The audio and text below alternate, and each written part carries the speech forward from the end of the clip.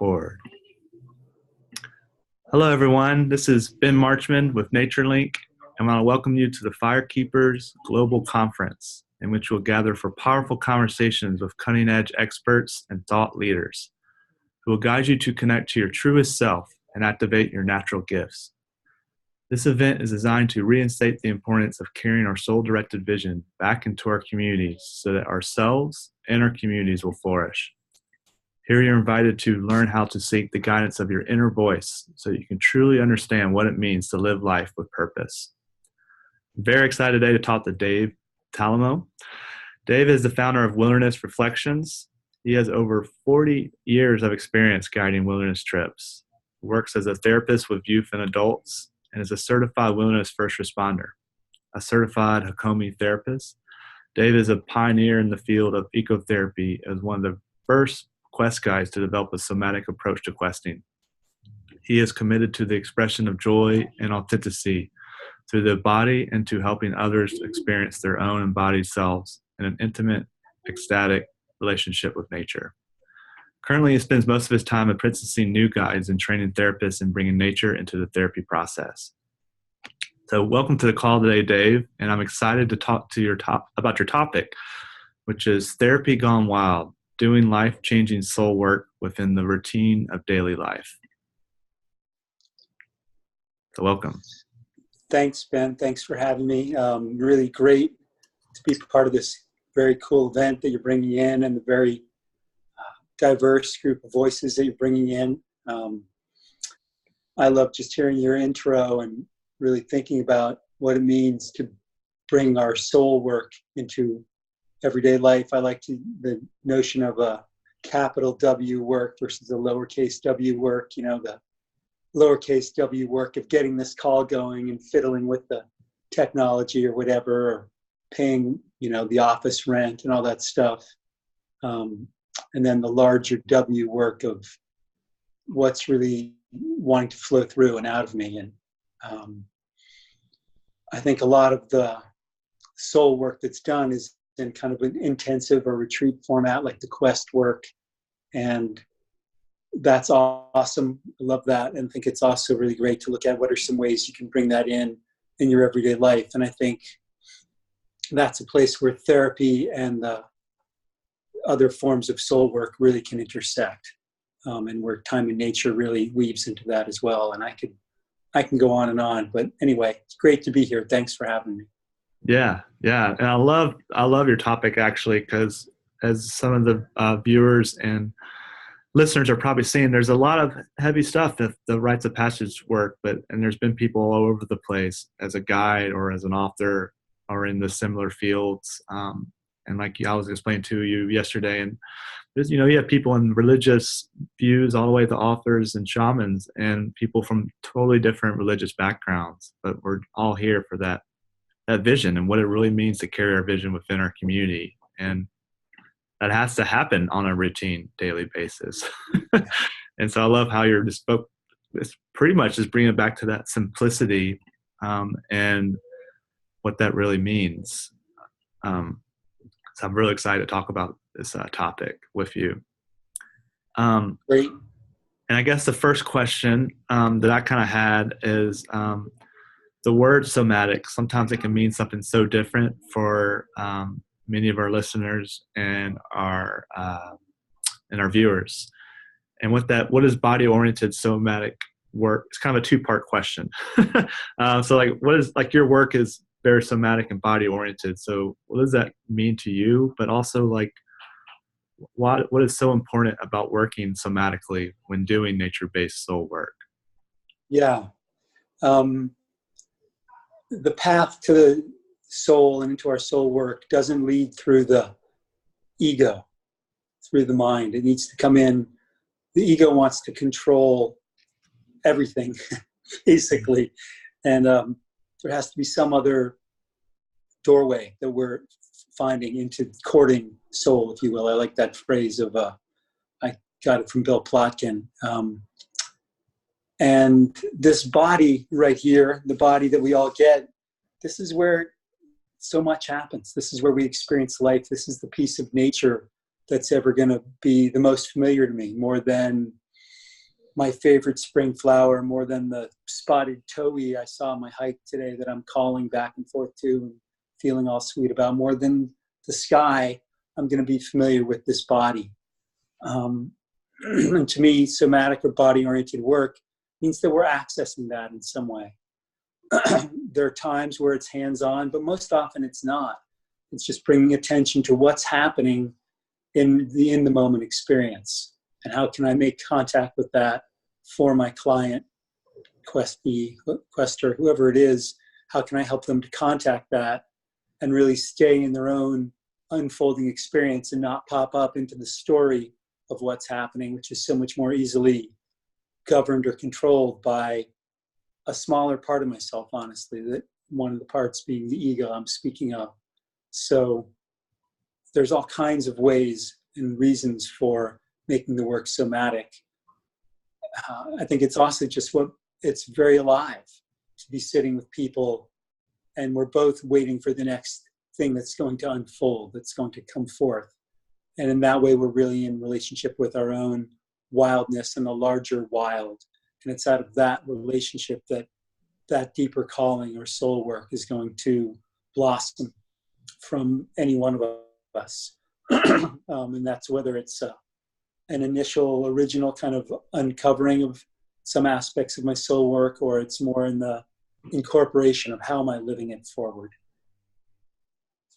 Yeah, I love that description. This is well said. And that word can mean, it sounds like a new word or like a weird word for people. And like you're kind of saying, like, this body-oriented work is actually nothing new, but the way we're applying it in our Western world can definitely look new. And so I love how you're approaching this in rites of passage work, but also in therapy work through your trainings. It's really beautiful work. And then build on that relationship with nature and the self. I was wondering if you wanted to tell, before we dive into these other questions, actually, if you wanted to just tell a little bit about your journey into this work and how you kind of, could have been a stumble, it could have been a dream, whatever, how soul really pulled you into this work that you're doing today. Yeah. Kind of sort of one hit wonderish over here in terms of what I'm doing. I'm kind of doing just followed what I always loved from when I was a little kid and just wanted to be outside and collecting leaves and whatever all the time. And elementary school, spending 12 or 14 hours a day fishing in the Nantucket Sound by my grandparents' place. There, the little cottage that we all squeezed into, our 3 families, every summer for a good chunk of time. And then somewhere along the way, summer after 7th grade, I got to go on my first wilderness trip. I was very fortunate to get to go to this summer camp, Maine Wilderness Canoe Basin, way down easternmost, northernmost Maine. And on about the 3rd day of that trip, we were out there clunking along in our aluminum Grumman canoes on the West Grand Lake chain. And something just happened, which I had no language for at the time, but I kind of fell through a trap door between the worlds that I was certainly not expecting. And for the first time in my life, felt safe and at ease and in my nervous system. And like I said, I didn't even know I was missing that. And add to that a ton of fun and beauty and great physical exertion. Well, I kept going back to that camp. And by the time I was 16, was getting to help guide wilderness trips as a counselor in training. And that carried on through the rest of high school and college. We had a big outdoor program, which was a highlight. And I basically studied nature in college, natural resources, and all the insect biology and geology and meteorology. And that was great. That's what I loved. And went from there into more adventure guiding, river guiding, like I said, down south there. And I saw sometimes on these wilderness trips, amazing transformations would happen. And I said, after some years, I want to do that. I want to make that the explicit purpose of what I'm doing, and started to look for a form for doing that. And I was living in a ski town in the Northern Rockies at the time, and ended up heading back to graduate school in the San Francisco area. And it was during that time that I went on my first quest with Stephen Foster, Meredith Little, and Joan Halifax actually was there too. It was quite a trio for us, our little group. And on that journey, I was praying for what's my calling, basically, what's my work to do. And it was really clear that form was part of my work to do, the quest, that is. And I went fairly soon into some more training in that work and into doing that, because I was already a wilderness guide for 15 years at that point. And finished graduate school and launched Wilderness Reflections, and only later went back to get licensed as a therapist. And even in my internship was taking the youth I worked with out, and had a great supervisor who supported that and got that, hikes and kayaking and rafting and all kinds of great stuff. And just kind of kept innovating, got trained in Hakomi, somatic experiencing, 5 Gabrielle Roth, and just kept stitching together what works. Because that's, if you've got something that would help someone who's in front of you for that reason, why not bring it to them, whether it's on a quest or in an office or what have you. Yeah, what an amazing journey. And it's just a side note, is it too loud in my background? Are you hearing any feedback? I heard something from it, but I don't anymore. Okay, just checking on that for our listeners. It's definitely loud, but if you can't hear on your end, that's probably good for our audio. Yeah, and Dave, thanks for sharing that. A lot of it's always interesting to hear everybody's path into this work and how they've answered the call, to the soul, and what that means to them. Can be very special to hear that.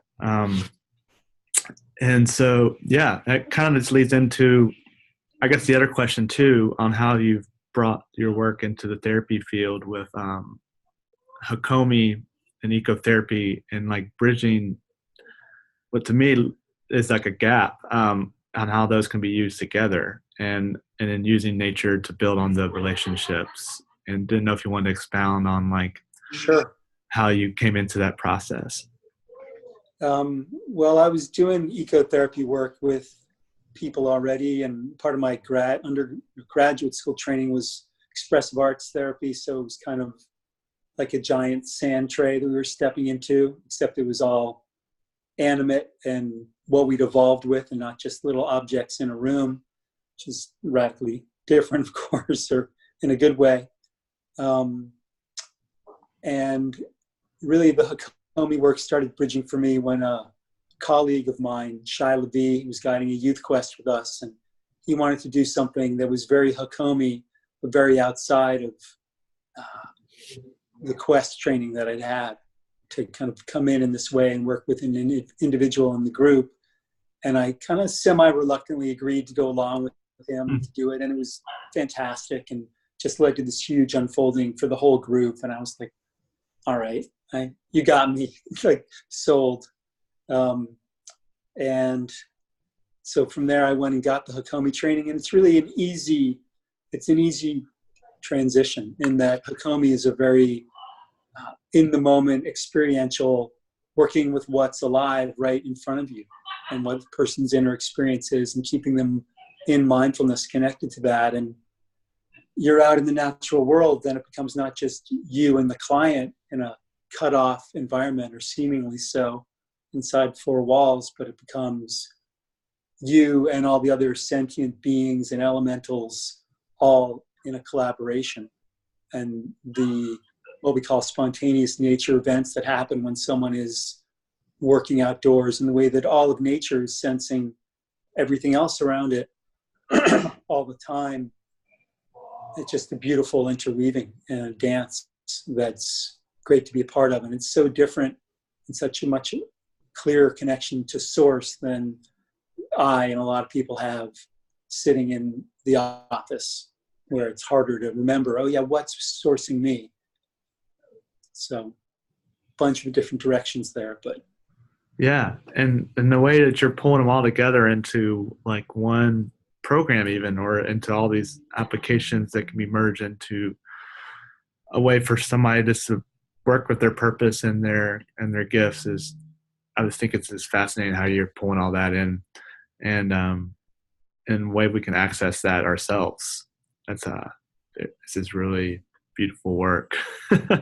um, and to go back into the for a second too, with the rites of passage work, is also another really niche that you are really pulling in, and like how both wilderness guiding and ecotherapy can be used in the same kind of venue, the same field of work. Yeah, I could speak to some clear influences of one that's we're using in the other, perhaps.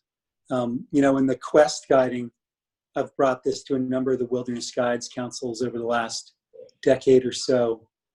I think the clearest thing that we're doing differently, if I had to name one, would be the way that we're working with the stories that people are bringing back from across the threshold. And the traditional approach is mirroring, which is familiar to people who've quested or are quest guides or apprentices. And we kind of talk about it, the traditional or vanilla, sort of most familiar classical mirroring, wherein you are mirroring back someone's story, and that can be tremendously powerful, and people feel very seen and moved by that. It might be nonverbal, that mirroring. It might be any number of ways of interacting with them. And that's really distinct from what we're calling somatic immersion, or immersing someone in something that's happening alive in the moment. So for instance, it's been a little while since I was out with a quest group, several months now, but just someone goes out and they have some big experience. It happens all the time, right? And they say, there I was standing by the tree, and they're talking like this, and I felt my own roots and my own trunk, my leaves, as though they were reaching to the sky, and they're gleaming, right? They're so alive in that moment as they're talking about the moment where it happened. And in a traditional mirroring approach, we then say, they finish their story and we say, wow, you really were just lit up into such aliveness in this moment. And da-da-da-da, and we mirror their story in all the beautiful ways that we know how to do that. And that's great. And what the most recent neuroscience research is supporting, and what Hakomi and other approaches would say to do with that kind of a moment, is rather than to just talk about it later, would be to help immerse that person in that moment. Go ahead and be that tree again. It's right here and alive in this moment. Feel in all your senses what it's like. Yeah, there you go. When you feel your trunk, you get a little straighter. And so just contacting and working and immersing that person in that emerging new resource. That is the thing that is going to make that accessible to them when they go to the challenging part of their life, which is living this forward, the incorporation or integration.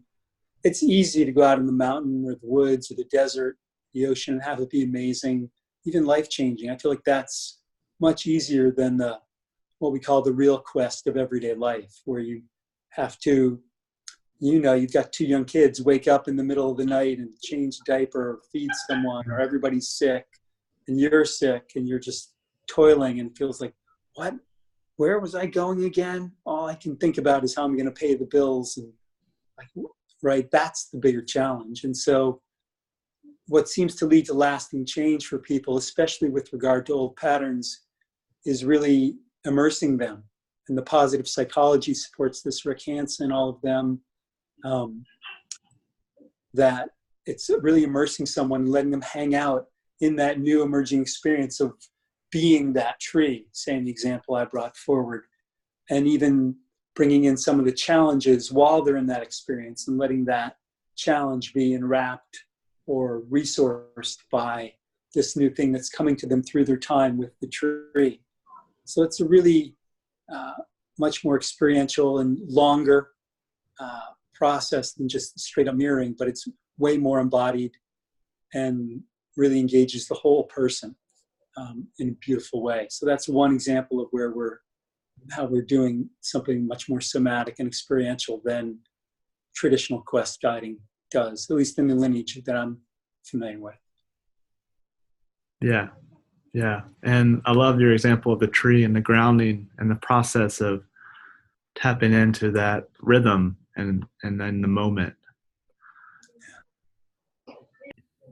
Yeah, and that's just, yeah, it's amazing with that process and how you're pulling that back into this work and working individually with groups and with people. It's really fun to do that with people and see them deepen and light up and be able to carry that into their everyday lives. I mean, that's what it's all about. So Yeah. super enjoying it, and enjoying in our Quest Guide apprenticeship program, we're training people in how do you not just do the traditional mirroring, but how do you also do what we call this somatic immersion. People, when they get it, they're fired up. They want that. They feel it. They see it. They get that that's an extra kind of synergy beyond just, excuse me, the mirroring itself. Yeah, and with one other speaker, we talked a little bit about mirroring. If you wanted to talk a little bit about that, but and how that process can go beyond just the conversation, how like counsel is used, and how this group dialogue can be created in a certain form, and what an amazing process on how that can be used with what you're saying, like with Hakomi therapy and ecotherapy. If you want to talk a little bit about the mirroring process, even though that I didn't want to direct this from our flow, but it might be something we can expound on, that our listeners and our viewers might be wondering what mirroring actually means. Sure. I can talk about it a little. It'd be great to also talk about how the Quest work goes into ecotherapy too. Yeah, if you want to weave both those in, that'll be fine. So go. Sure. Mirroring is a beautiful practice of really empowering people's stories and giving them back their own story. And one of my little anecdotes that I use or examples about how to describe what we're doing, it goes back to the basic human need that when something big happens in your life, a hard thing or a great thing, one of our first impulses is to want to tell someone. And the way in which we're received, you've got some grief or loss and you tell someone, too often it's a man who does this, but he says, well, I can fix you, or it's not that big a deal, or whatever it is, instead of just being with. And that reception in how our sharing goes, that how that's received, really affects how I experience my own experience. And I remember I had a housemate for a number of years who was a great friend and still is, but was terrible, especially back then, at mirroring my excitement. Like, my permit for the Grand Canyon just came through. That's great, Dave. He was genuinely happy, but I was like, this is so unsatisfying. And so with mirroring, we're creating a special or a sacred space to hear stories that might not be as well received or really fully heard as they would through the counsel process, and really giving someone back their story so that they can really get the fullness of what that might mean to them and how to live that forward in their everyday life. And it's one of the times when people feel perhaps the most deeply seen in their whole life. Mm-hmm. So that's beautiful.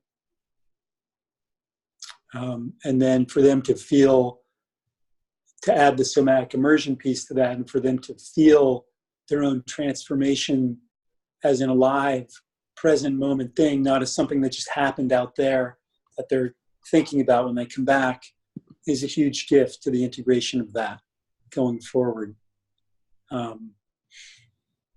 So some thoughts about mirroring. Yeah, and thanks for explaining that a little bit. Sometimes that can be kind of misinterpreted through some of these talks. I just want to make sure that people listening know what mirroring means to you. Just a little side. Yeah. So thank you for explaining that. And I kind of led into our other question that you were kind of hinting towards, like the somatic immersion, this rites of passage in the ecotherapy, and how it's influenced your work. And just wanted to see how you wanted to expound on that and like what makes it so unique and how they all work together. Yeah, I think there's lots to answer your question, but one of the ways you can really see the rites of passage work in ecotherapy, the way we practice it, there's, I'll just full disclosure, I'm really open to anything that's serves the people who I'm with, right? I don't want to think, oh, well, this would be really great, but no, I can't do that because of X, Y, or Z. I'm just not that way. And certainly if I stayed within the bounds of traditional therapy, I would never have gone outside with my clients. And I have no regret about any of that. There's all kinds of ways the quest work can be brought into the ecotherapy work. And one of the classic ones, I think, is the intentional use of a threshold. And certainly as an ecotherapist, I could just create a mini quest, a day quest, day walk, whatever you want to call it, and say, here, we'll work some and get your intentions refined for this time. I'll send you out across the threshold. I'll receive you back and do the mirroring and the therapizing as I do it. Certainly an option. Something that we're doing that we kind of borrow also from drama therapy a little bit, for people who are familiar with that, psychodrama work, that connects into the quest work, is that we'll do the same intention forming or coming up with what's the live question or the need for someone in a moment. And we'll create a threshold right there in a session, which might only be 1 to 1.5 hours long. And they'll go across the threshold and we'll kind of trail along in their wake. And in drama therapy, they talk about having a double.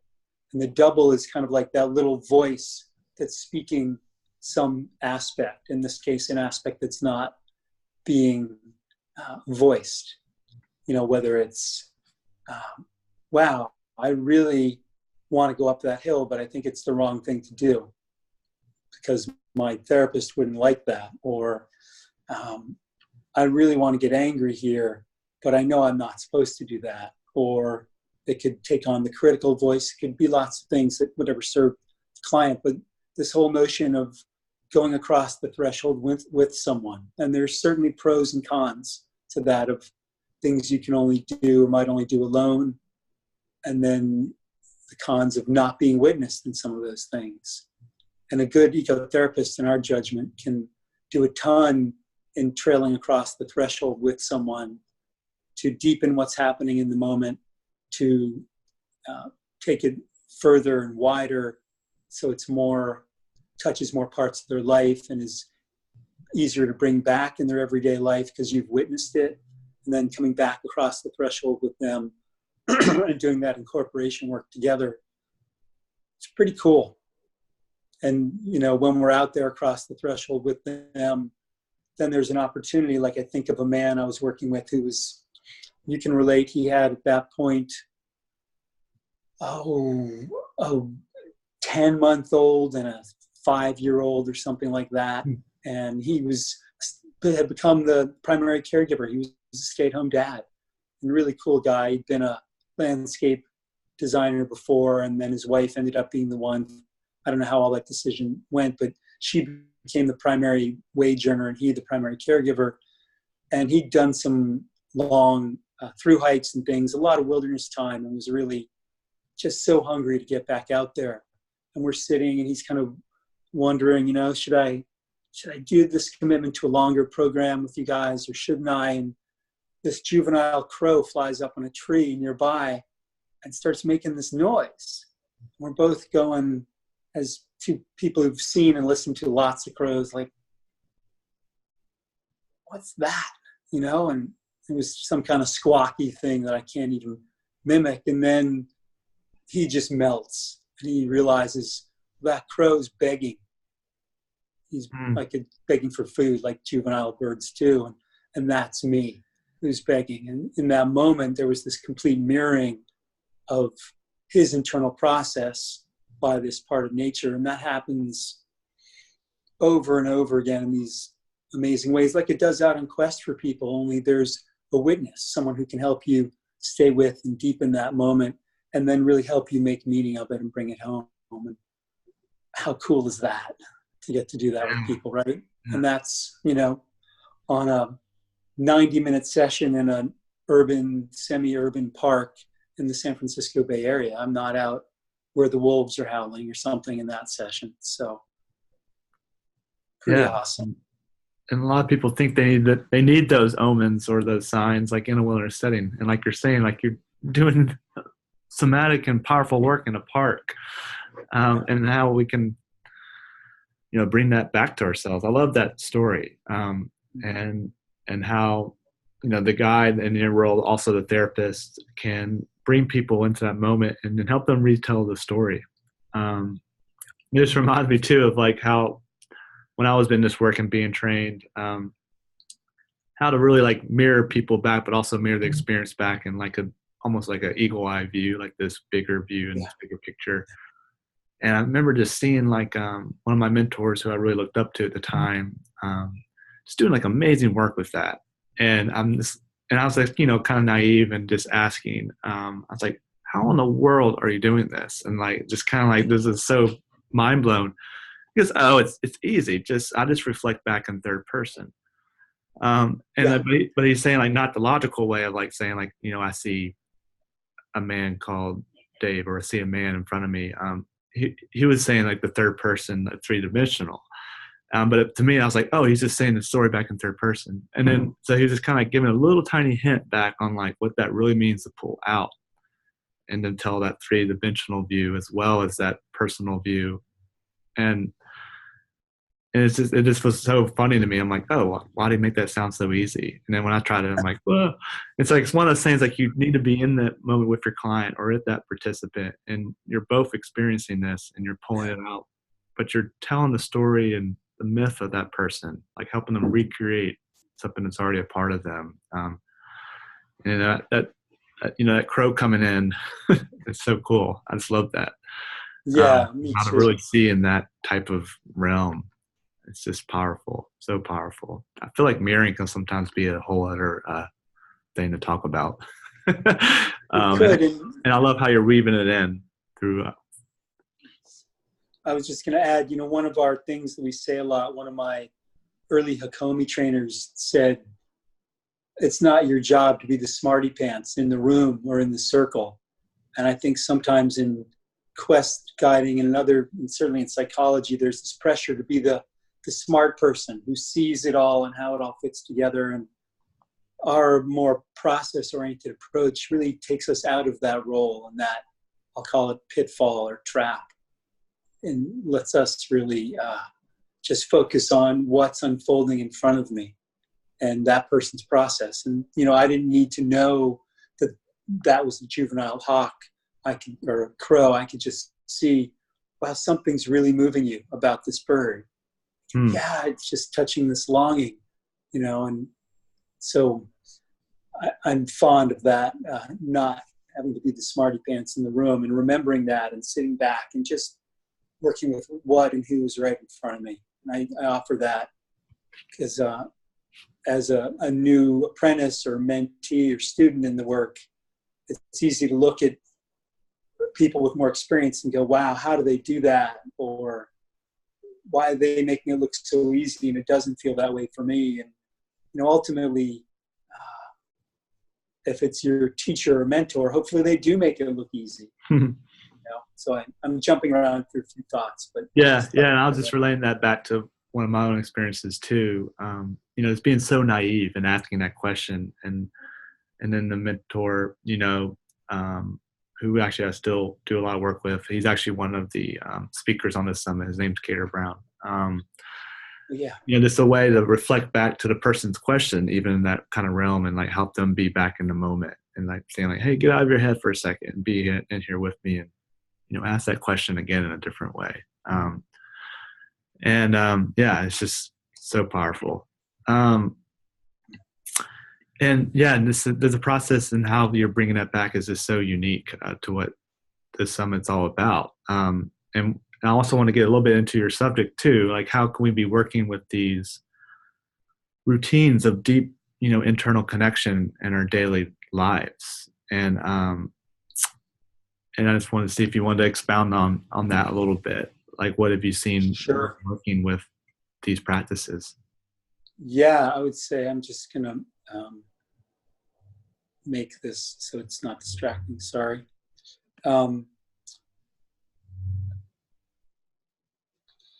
So there's a lot of ways. Again, from my 2 cents, any practice or collaboration that takes me out of my thinking about and being in the story and being in more my experience is a good one. I love working with dreams is a great one, that anywhere you're having them, you can work with them.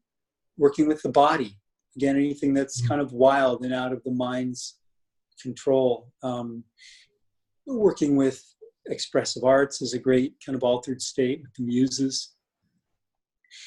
I think having some kind of open-ended nature time, not just I'm going mushroom hunting, or I'm going to go catch a fish, or I'm going to power hike this circuit, but sit spot time, downtime, any of those are going to be conducive to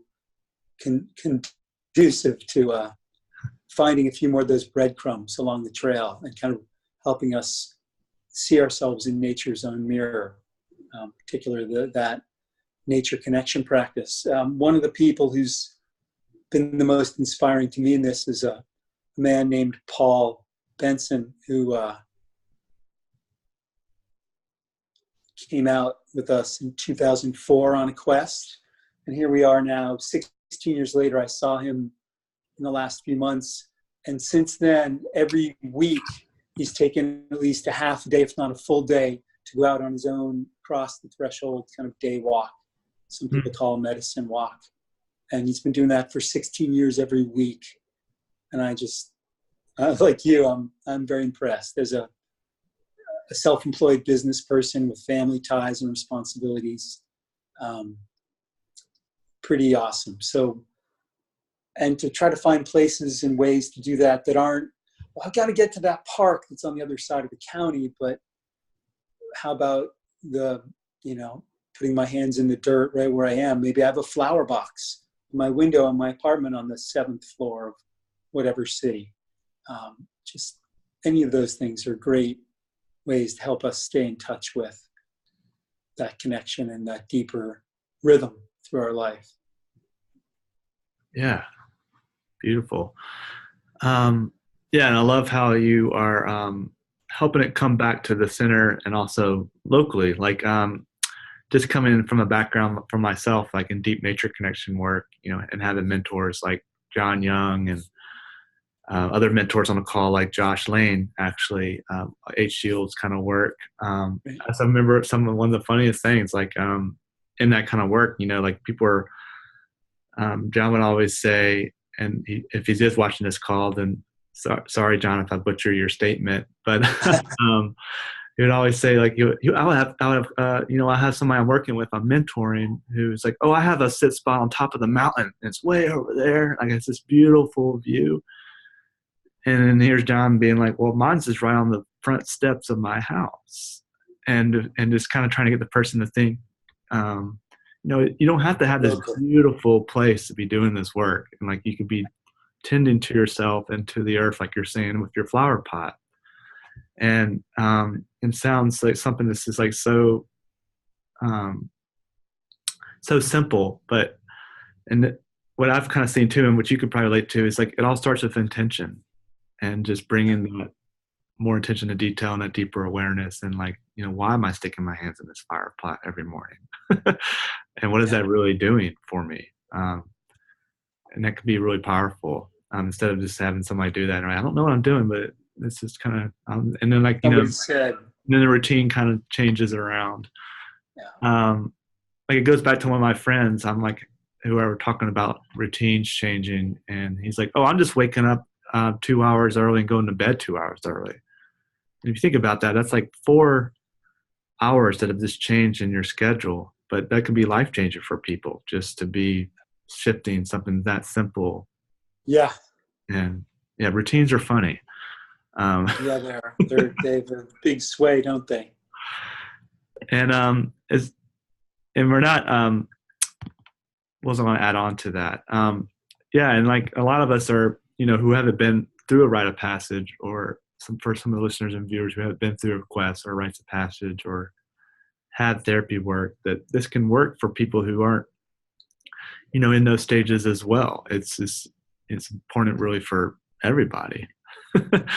with these routines and how we can just be sustaining that. Yeah, and more connected. Yeah.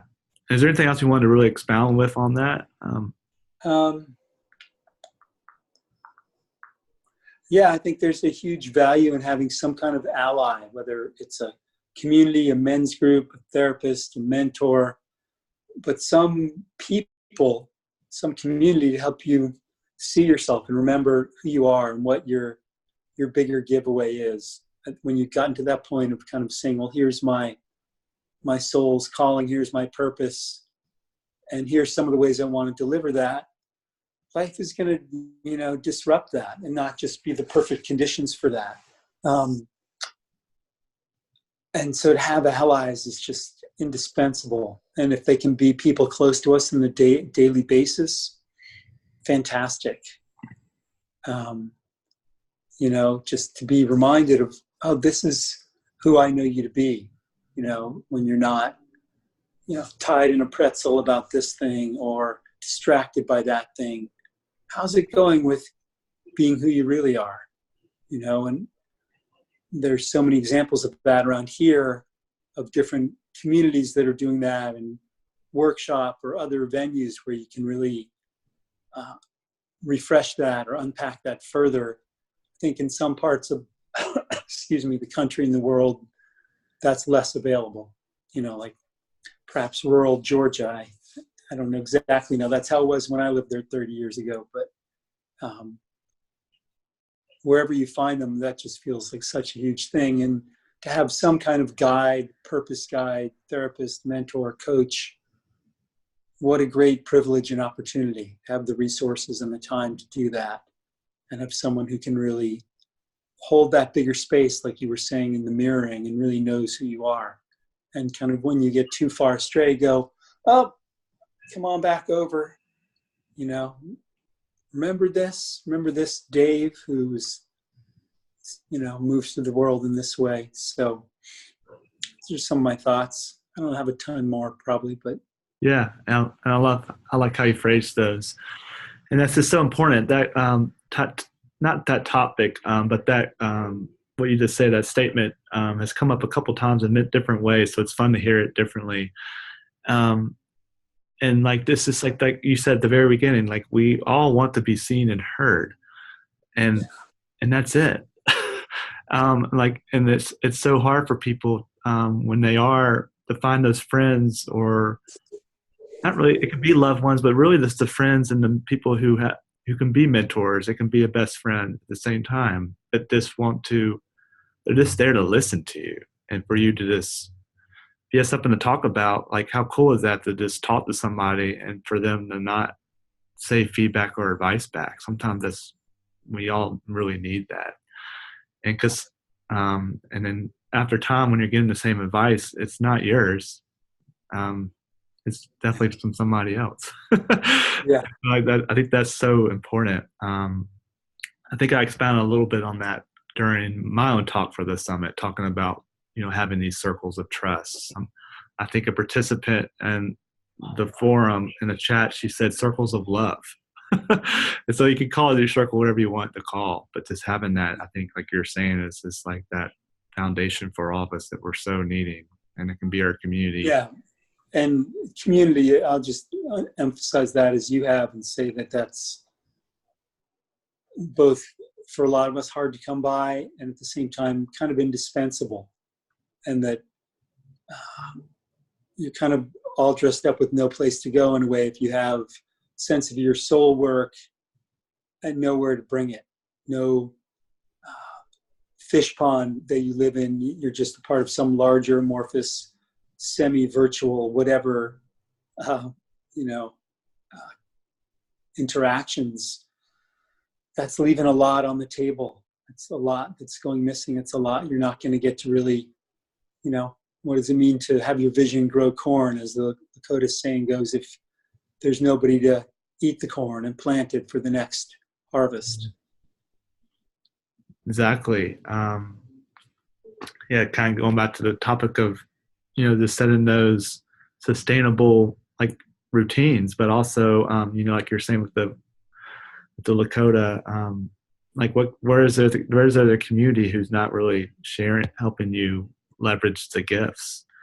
And then also, this comes up with a couple different speakers, so I don't want to go too far into it, unless you want to. But like when we are approaching our community with our gifts, to know that this gift is much bigger than myself, and it's not just for me. We're in that America is so like, this gift is for me and I'm going to keep it. Like that workshop mentality. Yeah. Where you see this a ton with your programs as well. And then when I start seeing the bigger picture, I'm like, oh, this is for my community and I'm just the vessel. Yeah. It's not only is it not for me, it's not of me, right? I'm just the reed that the music's being played through, if you will. And if I can keep it hollowed out, like Rumi says, then it'll make some music,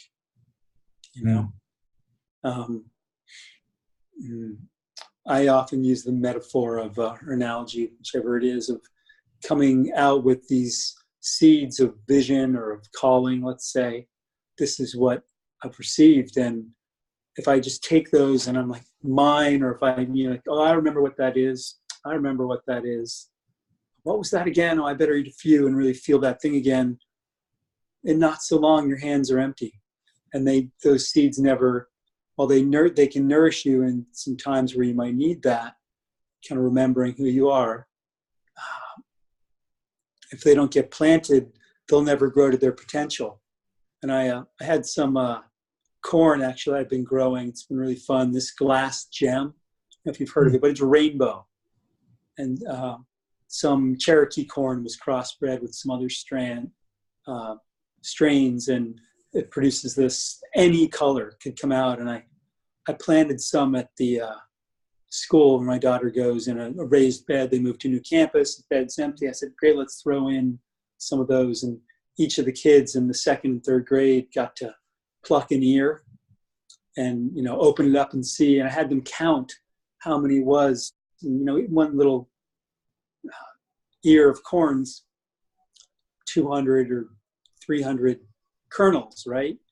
And, how many kids did it take to grow all this corn for everybody? And they're like, oh, hundreds and hundreds. And then having them count plants and go, oh, 15, they were just, it was great, the wonder on their faces. And hopefully we'll replant in the spring here when it comes around. But just, it's, nature's own teaching, right? It's right in our faces. If you don't leave some to go to everything else, and you don't, what I'm trying to say, I think. Yeah. You've just poured it all as your own and aren't giving it back, your well's going to dry up. Yeah, what a beautiful analogy too, and story, and how we can learn so much from the children too, like this reawaken that wonder, and also like from your topic too, like the routines, like approaching your daily life with this wonder and how that can do wonders. Yeah. A lot of wonder in that sentence, but yeah, and the kids are so great for that. Yeah, just like re-emphasizing that. Yeah, having kids, that's just brought a whole different dimension to this work for me, and I'm sure you can relate to that too. But I wanted to, I guess, dive in before we close out too. We haven't talked too much about all the programs you offer. We kind of like went around, and I did want to touch base on like the big one that you're offering, like your immersive base in the training of apprenticeships and other guides and therapists. And if you wanted to just talk a little bit about that before we close out. Yeah, love to. We have two longer programs. One of them's for our somatic approach to wilderness quest guiding, for people who are really wanting to work in a ceremonial way, and especially within that ceremony of the wilderness quest and the rites of passage work. And that one's kind of 5 weekends, about one a month, with a quest interspersed in there, up in Sequoia National Park, place we just love. I could go off about that place, and the granite and the waterfalls and bears and wildflowers and big trees and all of that. Super sweet, soft mountains in a lot of ways. And that program runs for about 6 months. And again, is really for quest guides, that somatic apprenticeship and quest guiding. And then we have our professional ecotherapy certificate program for people who have some kind of background in mental health or coaching or working one-on-one in a deep way with other people. And that's really generally more front country based, more with that clinical emphasis, looking at the research that supports nature-based therapy work. And that runs a couple of times a year. And it's really designed for out-of-town folks. We get people coming from as far as Australia to do that. And I'm going to New Zealand to teach a course for folks there late winter here, February. So love doing that. And happens twice a year here in the US. So wow, those are both coming around. Yeah, coming soon for you all. Like, I think it's the spring, right? Yeah, right. Yeah. In New Zealand, wow, that's amazing. And talk about a amazing culture out there. That's just there, and these beautiful landscapes. That probably helps a little bit too, I would think. It does. It was. I'll just chime in one other piece if I could. Really, I weighed out. Does it make sense for me to be going to somewhere so far away to train? And they were certainly very eager for me to come. And it's like, all right, the carbon, the airfare, or just the fossil fuel use, more to the point. It's certainly way better than having them come here. And there's a certain amount of, for me at least, the ecotherapy work that I want to do with people in person on the land. There's tons of great things that can be learned, online or with reading, and like swimming and getting in the water or skiing and being on the snow, there's only so far you can go without that on the land, in person, experiential learning. So I decided to go, and how lucky am I to get to do that, right? Yeah, and to have a community and family that really supports your vision in that process too is huge. I think so many of us, I think another speaker was kind of talking about this actually. So many of us have these big dreams in this kind of field of work, like, oh, I'm going to be traveling the world. And they start really thinking about really what it comes down to is their community and what communities they're really working with. And so it's just so special to be hearing that from you and seeing this, bringing this worldview into the picture and how y'all do it in California too. It's just fascinating. It's really inspiring. Nice. Yeah. Well, we're getting kind of close to the top of the hour, and just didn't know if I'm missing anything or any other questions I should have asked before we No, close it's probably out. good timing for me to wrap up. Let me think for a moment. No, I'm mostly just eager to hear the other speakers and really appreciate the opportunity. If anyone's interested in what we're doing, they can find us at wildernessreflections.com. And I'm open to supporting people who are trying to get into this work in whatever ways I can. If they want to be in touch with us, they can contact me through our website. And just a big thanks to you for bringing this all together. What a great resource for everybody. And I imagine you're having a great time and learning a ton, though I know you're working your tail off in the process. So Yeah, it's like a two-edged sword, love-hate kind of relationship. A lot building up. I don't know if you saw the emails, and some of the listeners are probably laughing because they might have been on my call at the very beginning of the launch of the summit. I was about to start. It was 5 minutes, getting everything ready, and then the power went, boo, was cut off. And I was like, no, 'cause, 5 months building up to this, getting everybody situated. And what happened was it was a prisoner bus hit a telephone pole. Oh my gosh. Cut out the whole block, right when I pushed online to get on. Wow. That makes perfect sense, the universe is coming to this, and when we present ourselves way out there and really get people to speak deeply from the heart, stuff like that can happen. And so I was, trying to direct it with my phone. And so we actually pushed our time back. So my call was later. So if you're on the website and you missed that, that's what happened. And wow, so, yeah, what a crazy ride. But it's the power of technology is we can bring people together in this way. So I think this is so fascinating how I'm talking to you now and hearing your story, and we're just really throwing it out there to people. So I'm excited we got to share today. And before we close out with some advice or guidance from you, you do have a free gift as well. I didn't know if you wanted to talk about that a little bit. Yeah, there's I think they both end up going on. I forget. Yeah, so like for the listeners and viewers, like the free gift, your free gift, and like what you're offering will be underneath like your picture and your bio. Right. So viewers and the listeners can find that. But you kind of already Right. hinted to what it was. Right.